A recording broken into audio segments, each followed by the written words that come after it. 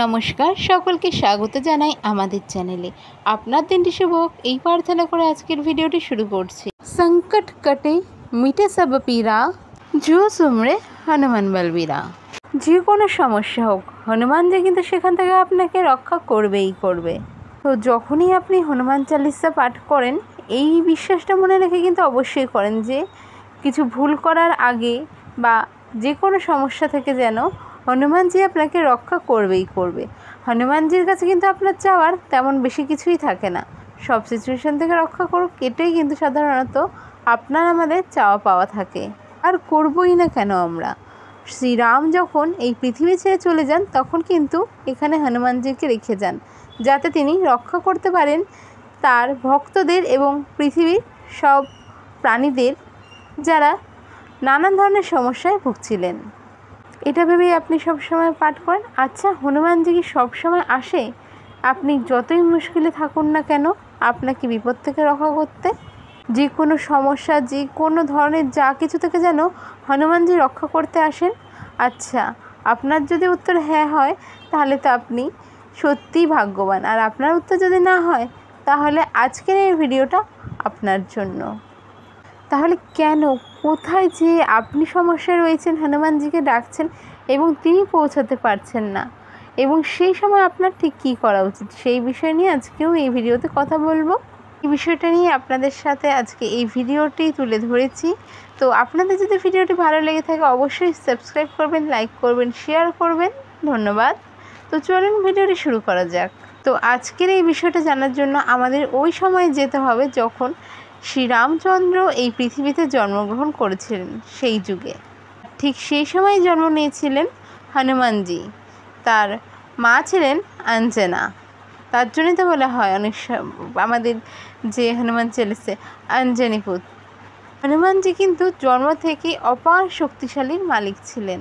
আর কথিত আছে একবার নাকি হনুমানজির যখন খুব খিদে পেয়েছিল সূর্যকে ফল ভেবে খেয়ে ফেলেছিলেন, আর সেই সময় অন্ধকার ছেয়ে গিয়েছিল এবং এরকম এক বীর সন্তানকে, এরকম এক দেব সন্তানকে কিন্তু প্রত্যেক ভগবানই আলাদা আলাদা করে আশীর্বাদ দিয়েছিলেন এবং এক একটি করে শক্তি প্রদান করেছিলেন।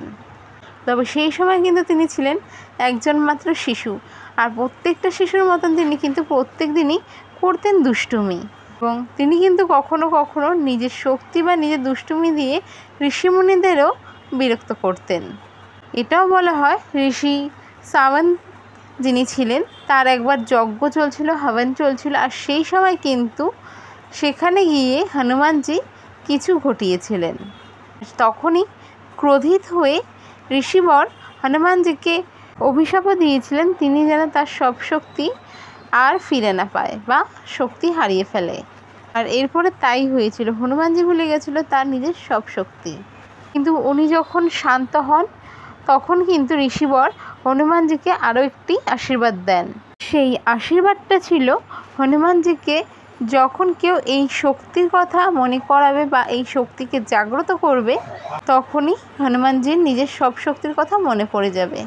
আর এই কথাটা জামবত ঠিক জানতো। আর রামায়ণের কিষ্কিন্ধ্যা কাণ্ড এর সময় কিন্তু এই জিনিসটা কাজে এসেছিল।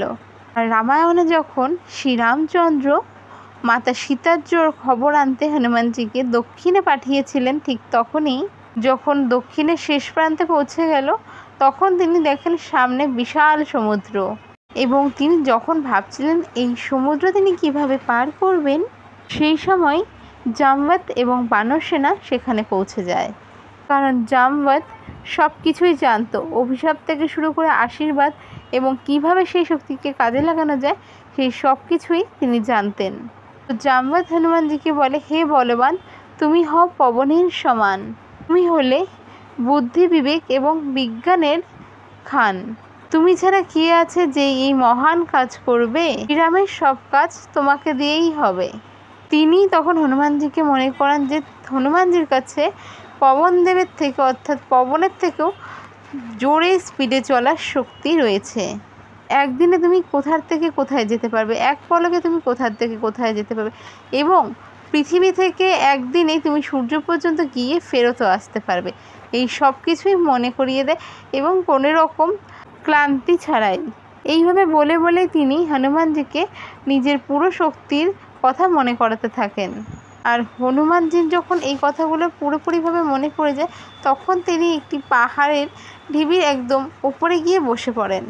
কিন্তু তখনও পর্যন্ত হনুমানজি নিজের পুরো শক্তিটা পর্যন্ত জানতেন না যে তিনি নিজের সাইজকে অর্থাৎ নিজের আকারকে বড় করতে পারবেন এবং অপর পাশে থাকা লঙ্কা অর্থাৎ বর্তমানে শ্রীলঙ্কা অবধি পৌঁছে যেতে পারেন।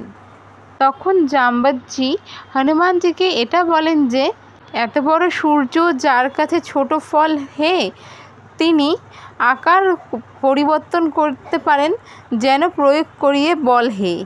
আর তখনই হনুমানজি বুঝতে পারেন তিনি কি বলতে চাচ্ছেন এবং সেই সময়ই হনুমানজি নিজের সাইজ বড় করে ফেলেন এবং এই পার থেকে ওই পারে লঙ্কায় একবারে পৌঁছে যান। এবং জাম্বতজি তখন মনে করিয়ে দেয় যে এখানে গিয়ে কোনো কিছুই করতে হবে না, শুধু মা সীতা কোথায় রয়েছেন সেটা জেনে আসতে হবে। সাথে এটাও বলে যখন হনুমানজির কাছে এতটাই শক্তি ছিল যে নিজের পায়ের নিচে প্রত্যেকটা রাক্ষসকে চ্যাপ্টা করে দিতে পারতো, মেরে ফেলতে পারতো, সেখানে যেন তিনি কোনো কিছু না করে এবং শুধুমাত্র মা সীতা কোথায় রয়েছেন তা জেনে আসে। তিনি চাইলেই মা সীতাকে নিয়ে আসতে পারেন, কিন্তু জাম্বত বারবার মনে করে দিতে থাকে যে তোমাকে কিছু করতে হবে না, শুধু মা সীতা কোথায় রয়েছেন সেটাই তুমি জেনে আসবে, কারণ শ্রীরামের হাত দিয়েই রাবণের বধ হবে এটা ভবিতব্য, তাই তিনি যেন কোনো কিছুই না করে।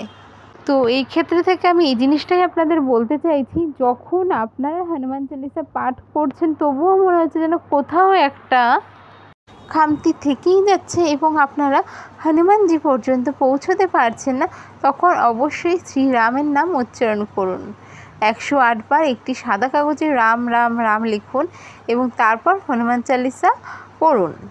দেখবেন যেইখানটায় আপনি একটু হলেও আটকে যাচ্ছিলেন বা মনে হচ্ছিল ডিলে হচ্ছে, সেই রকম সমস্যা, সেই রকম কাজ বা সেরকম যে কোনো সিচুয়েশন থেকে আপনি খুব সহজেই বেরিয়ে আসতে পারবেন।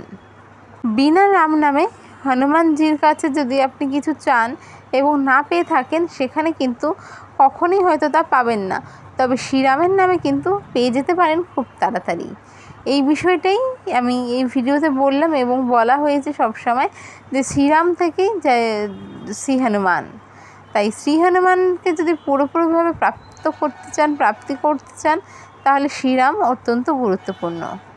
তো এই ভিডিওটা যদি আপনাদের খুব ভালো লেগে থাকে তাহলে অবশ্যই সাবস্ক্রাইব করুন, লাইক করুন, শেয়ার করুন। দেখা হবে পরের ভিডিওতে। রাধে রাধে।